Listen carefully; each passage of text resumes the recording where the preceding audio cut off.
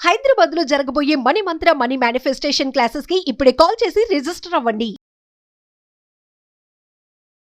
రామ్ గారు మామూలుగా అంటారు మొండిగా ఉండు. అంటే ఏదైనా ఒక గెలుపు నీ సొంతం కావాలి అంటే నువ్వు మొండిగా పోరాడితే ఖచ్చితంగా నీ గెలుపు నీ సొంతం అంటారు.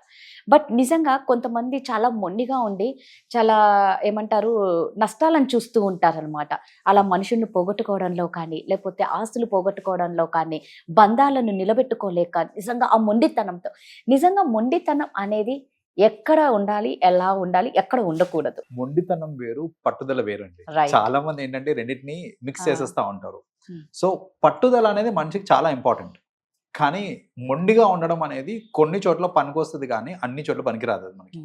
సో ఇప్పుడు ఒక కెరియర్ పరంగా కానివ్వండి, దేంట్లో అన్నా సరే మనము పట్టుదలతోటి ఏదైనా పని చేసినప్పుడు దానికి తగ్గ ఫలితం కూడా వస్తూ ఉంటుంది మనకి. బట్ ఈ మొండితనం వల్ల ఒక్కొక్కసారి ఏమవుతుందంటే నష్టాలు వచ్చేస్తుంటాయి. చిన్న ఎగ్జాంపుల్, కొందరు ఏంటంటే లైక్ ఒక బిజినెస్ అలా స్టార్ట్ చేసినప్పుడు వాళ్ళు ప్రాఫిట్స్ చూడడానికి ఎన్నో చేస్తుంటారు, మార్పులు చేర్పులు చేస్తూ ఉంటారు. కొంత సమయం వరకు చూస్తారు, లాస్లు వస్తున్నాయి, చేతులు కాలుతున్నాయి. అయినా కూడా ఏంటంటే లేదు ఇంకేమైనా బాగు చేయొచ్చేమో, లేకపోతే మంచి రోజులు వస్తాయేమో, నా బిజినెస్ ప్రాఫిట్లోకి వెళ్తుందేమో అనుకొని వాళ్ళ కెపాసిటీకి మించి లాసెస్ని వాళ్ళు బేర్ చేస్తూ ఉంటారు.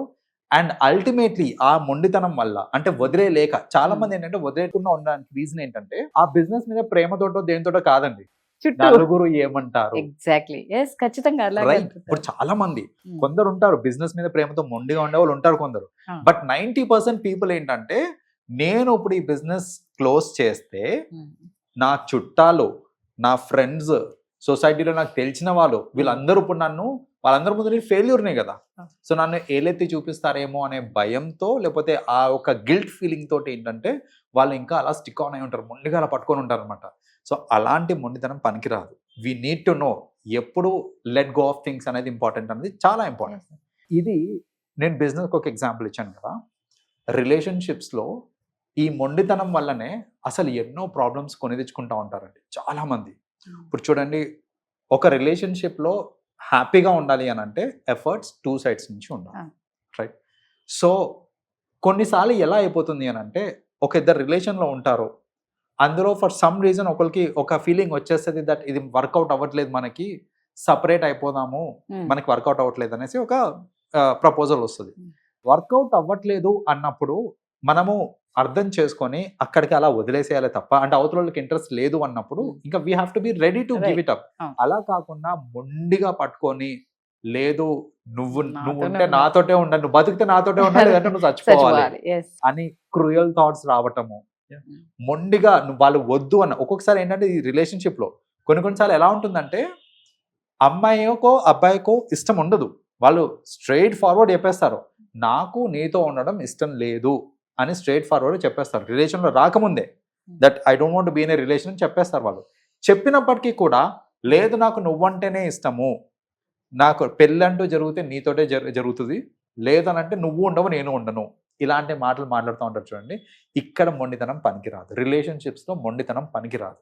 అది ఏ రిలేషన్ అయినా కానివ్వండి, మొండితనం పనికిరాదు. ఎందుకు అనంటే ఇలా మొండి చేసి వాళ్ళని బై ఫోర్స్ పెళ్లి చేసుకున్నారనుకోండి, ఇద్దరు హ్యాపీ ఉండరు, రేపు పొద్దున ఎవరు హ్యాపీగా ఉండరు, రైట్? సో దట్ ఈస్ అక్కడ ఒకటి. ఈ మొండితనం వల్ల జరిగిన ఇంకొక ఇన్సిడెంట్, రీసెంట్గా జరిగిన ఇన్సిడెంట్ కులపిచ్చి, రైట్?